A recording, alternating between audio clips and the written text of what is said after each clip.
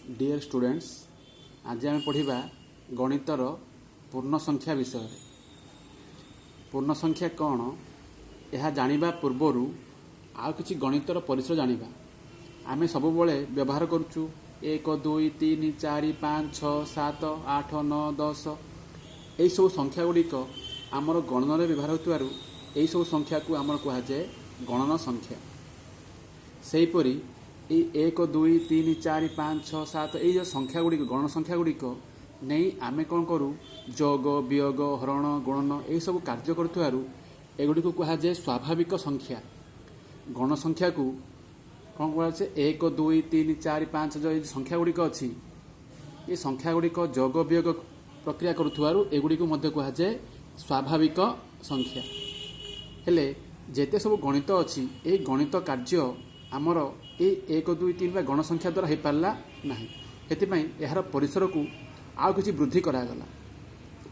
आमर जोग वियोग कला बेले शून्य एगुड़िक व्यवहार है। से आमे कौन कराला जो गण संख्या को वर्धित करागला। आरंभ है शून्य ठू 1 2 3 4 5 6 7 8 ये सब गण संख्या गुड़िक गण संख्या सहित जो शून्य रहीगला यही सब संख्या को कहगला संप्रसारित स्वाभाविक संख्या। कौन कहगला संप्रसारित स्वाभाविक संख्या। यही सबू कार्य कला परे मध्य गणितर अनेक कार्य समाधान हो पारला नहीं। आमे विभिन्न प्रकार हिसाब किताब कला बेले आमर माइनस रे संख्या गुड़िक आसला। जमी बाकी दुकान रु 150 टंका जिनस आणले ताको देले 100 टंका हेले आमे ताको रहिले केते दबाकू 50 टंका। यह गुड़ी को कहला नेगेटिव संख्या बा ऋणात्मक संख्या। हेले यही तेणु गणितर परिसर को वृद्धि करागला। गणितर परिसर को वृद्धि कराला केमती करागला 0 +1 -1 +2 -2 +3 -3 +4 -4 +5 -6 +-6 यही संख्या गुड़ी को कहगला पूर्ण संख्या। यही पूर्ण संख्या रे दुई भाग रहा। गोटी है धनात्मक पूर्ण संख्या गोटी है धनात्मक पूर्ण संख्या आ गोटी है ऋणात्मक पूर्ण संख्या।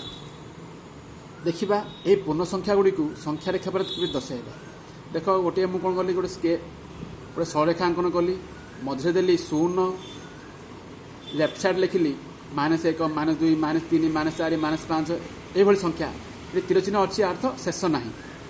एपटे सेमती राइट हैंड साइड रे 0 पर +1 +2 +3 +4 +5 +6 +7 ये एगुड़ी कहला प्लस गुड़ी को कहला धनात्मक पूर्ण संख्या बा इंग्लिश कहले पॉजिटिव माइनस संख्या गुड़ी कहला ऋणात्मक पूर्ण संख्या नेगेटिव संख्या। देखिबा एथरे कौन देख पिलाने एथि लिखाला संख्या रेखार राइट रु लेफ्ट साइड गले संख्या गुड़िकर मूल्य कमी कमी जाए। राइट टू लेफ्ट एटा हला राइट एटा हला लेफ्ट। देख ये अच्छी 7 रु 6 1 कमिला 6 रु 5 1 कमिला 5 रु 4 1 कमिला। यही जदि आम राइट टू लेफ्ट जावा संख्या गुड़िकर मूल्य कमी कमी जाए। तार 1 रु 0 मूल्य कम 1 कम 0 रु 1 -1 मूल्य कम -1 रु -2 मूल्य कम -2 रु -3 1 मूल्य कम। यही आम जब राइट टू लेफ्ट जावा मूल्य गुड़िक कमी कमी जीव। जब जन पचार -1 बड़ ना +1 बड़ हेले +1 बड़ कौन पाई आम राइट टू लेफ्ट मूल्य गुड़िक कमी कमी जाऊँच। देख ये मुझे लिखी 7 रु 6 सान 6 रु 5 सान 4 सान कौन है राइट टू लेफ्ट गला बेले। जदि लेफ्ट टू राइट जावा देख गोटे उदाहरण देली -5 रु बड़ 4 -4 रु बड़ -3 -2 रु बड़ -1 अर्थ लेफ्ट रु राइट गले मूल्य बढ़िबो राइट रु लेफ्ट गले मूल्य कमिबो। याकु धरी मु किछि तुम पाई काम देछि एथे कोन करिबा चिन्ह व्यवहार करिबा। एटा कोन करिबा less than Etah greater than Etah equal to सान चिन्ह बड़ चिन्ह इक्वल टू समान चिन्ह।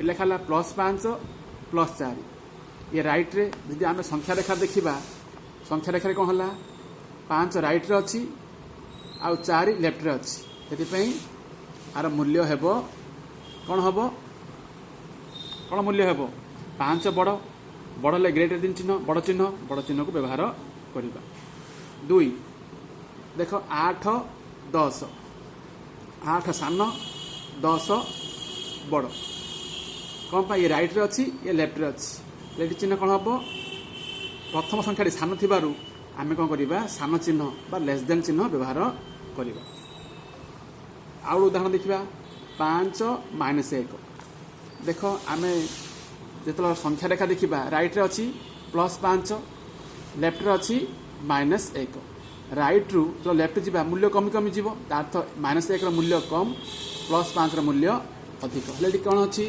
प्रथम संख्याटी कौन अच्छी 5 संख्याटी बड़ हेले प्रथम संख्याटी बड़ होइतिबारु आमे को चिन्ह व्यवहार करबा ग्रेटर देन बा बड़ चिन्ह व्यवहार करबा सेहीपरि -3 +3 जदि संख्या रेखा देखा संख्या रेखार रईट्रे को संख्याटी अच्छी +3 लेफ्ट कौटा अच्छी -3 हेले प्रथम संख्याटी कौन अच्छी सान जदि प्रथम संख्याटी सान है ये आम कौ चिन्ह व्यवहार करवा लेस देन बा ताको आम सान चिन्ह व्यवहार करवा पिलाने मु 3-4टी एग्जांपल देली एबे तमे कौन कर बर्तमान ये सब गुड़िक निजे करने चेष्टा कर।